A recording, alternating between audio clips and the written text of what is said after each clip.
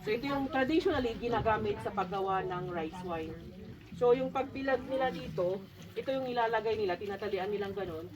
Nilalagay dun sa tapat ng apoy. Yung sinasabi ko kanina, suulan, para matuyo. And then, anti-melta.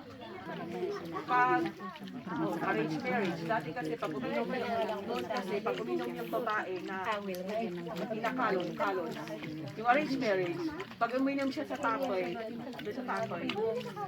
gusto niya magpakasal dun sa lalaki. Yes. Sa tungtungan naman, during tungtungan, ipakita yung patay. Nakikita na. So, ito yung bukod. Ito yung pinaka-yeast niya. So, made out of, traditionally, glutinous rice siya na ibababad sa tubig, tapos ihalo yung, may grass kasi na angwad ang tawag. Pero this time, nawala na yung grass na tawag ay angwad. Ang ginagamit po nila ay luya. Luya. Tapos, ihulmang ganito, tapos ibibilad sa araw. Ito yung ginagamit nilang yeast para ma-ferment yung rice wine. So, ang ginawa nila para mas madali po ihalo, ito po, binayo na rin po nila para powder, sprinkle na lang siya and then halo. So, papakita nila and then, yung gustong kung gusto niyo pong mag-participate, you can wash your hands po doon. Tapos, sundan nyo lang po yung ginagawa nila. Ano? Ito po, try nyo po. Mamalang palilita na yung mas man. Angkad. Pero di ba, Para siyang biko, no? lalagay ka ng ganyan, dapat hindi masama yung loob mo. Maganda yung wala kang kinikim-kim na sakit na ako.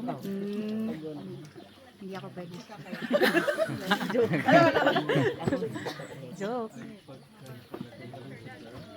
Dito kailangan masaya ka. Masaya ka pag gumagawa. Oo, laging nakaisip. Tumawa ka nga ate. Ate, tawa ka lang ng tawa. Masaya nga, di ba? Pina-order lang nila, binayo. Yung iba kasi, ang Nag-grind. Gusto niya i-try? Sige lang, ikaw. ginaganon nila, Pinukuskus tapos na. ginaganon, pero matagal.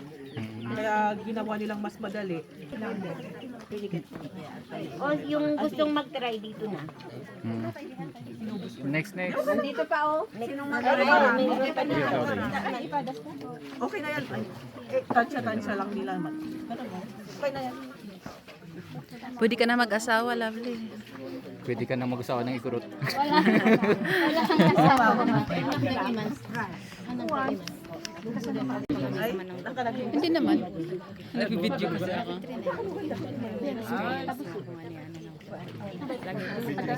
Meron siyang konting parang mold. Which is parang maganda siya para maging maganda yung pag-ferment niya. Kasi yeast yun eh. Ito na siya after 3 days. Pwede niya nang tikman tong ano. Pinaig.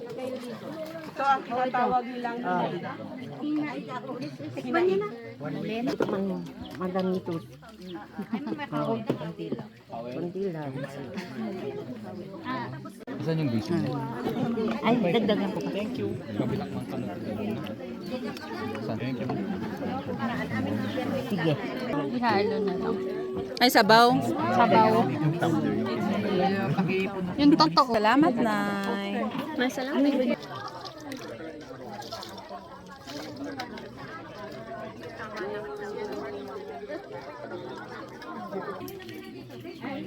Kulang yung ano. Sige lang, Nay.